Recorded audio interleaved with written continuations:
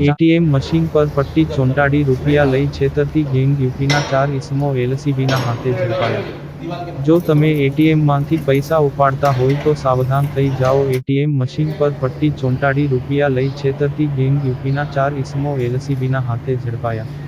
સંઘપ્રદેશ દાનહના સેલવાસમાં 2, વાપી ટાઉનમાં 1 અને જીઆઈડીસી વિસ્તારમાં 2 ATM machine પર પટ્ટી લગાવી રોકડા મેળવેલા હતા।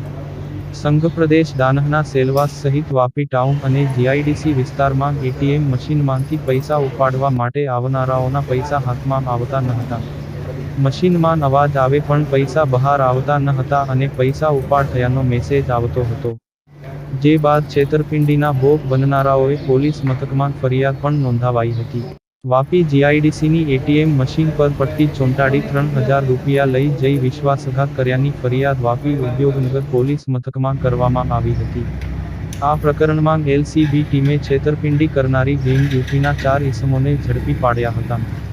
જેમાં સંઘપ્રદેશ દાનહના સેલવાસમાં 2, વાપી ટાઉનમાં 1 અને જીઆઈડીસી વિસ્તારમાં 2 એટીએમ મશીન પર પટ્ટી લગાવી રોકડા મેળવેલાનું બહાર આવ્યું હતું। પોલીસે રિક્ષા અને 4 મોબાઈલ ફોન અને એટીએમ કાર્ડ મળી કુલ 45,500 રૂપિયાનો મુદ્દામાલ કબજે કરી વાપી ઉદ્યોગનગર પોલીસ મથકે સોંપી આગળની કાર્યવાહી હાથ ધરી હતી। વાપી ઉદ્યોગનગર પોલીસ સૂત્રો પાસેથી મળતી વિગત અનુસાર મૂળ બિહાર અને હાલ વાપી નજીકના છરવાડાની ચાલીમાં સંતોષકુમાર અરુણકાંત તિવારી 3.38 રહે છે અને તેઓ જીઆઈડીસીની કંપનીમાં સિક્યુરિટી તરીકે નોકરી કરે છે। તેઓને પૈસાની જરૂરિયાત હોય તેમના મિત્ર સાથે વાપી જીઆઈડીસી સરદાર ચોક પાસે આવેલ એટીએમમાં ગયા હતા। એટીએમ કેબિનમાં તેઓ એકલા ગયા હતા અને 3000 રૂપિયા ઉપાડવા માટે આંકડા દબાવ્યા અને મશીનમાંથી અવાજ પણ આવ્યો હતો પરંતુ રૂપિયા બહાર આવ્યા ન હતા। જો કે મોબાઈલ પર પૈસા ઉપાડ્યાનો મેસેજ આવ્યો હતો। આ મશીન ઉપર પટ્ટી જેવી લગાવેલ હતી। જો કે તેઓને પૈસાની જરૂરિયાત હોય તેઓ બીજે સ્થળે આવેલ એટીએમમાં પૈસા ઉપાડવા ગયા હતા અને ત્યાંથી પૈસા મેળવ્યા હતા।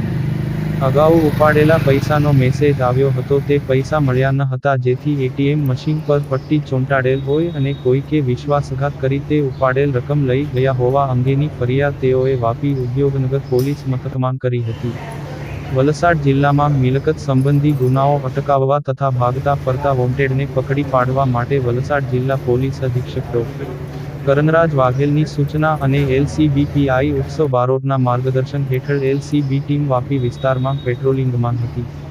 તે દરમિયાન એએસઆઈ અલ્લારખો વાનીને મળેલ બાતમી આધારે વાપી જીઆઈડીસી સરદાર ચોક પાસે વોચ ગોઠવી વર્ણવેલ શંકાસ્પદ ઇસમોના નામઠામ પૃચ્છા કરતા 1 દીનદયાલ રાજકિશોર પાંડે .3332 હરિલાલ સત્યનારાયણ વર્મા .26 બંને રહે ચણોદ ગામ ચાલીમાં 3 સંદીપકુમાર ઉર્ફે રાજ રામબરન વર્મા .304 સંદીપ રામાશ્રે વર્મા .21 બંને રહે ભડકમોરા વાપી ચાલીમાં તમામ મૂળ યુપી હોવાનું જણાવ્યું હતું।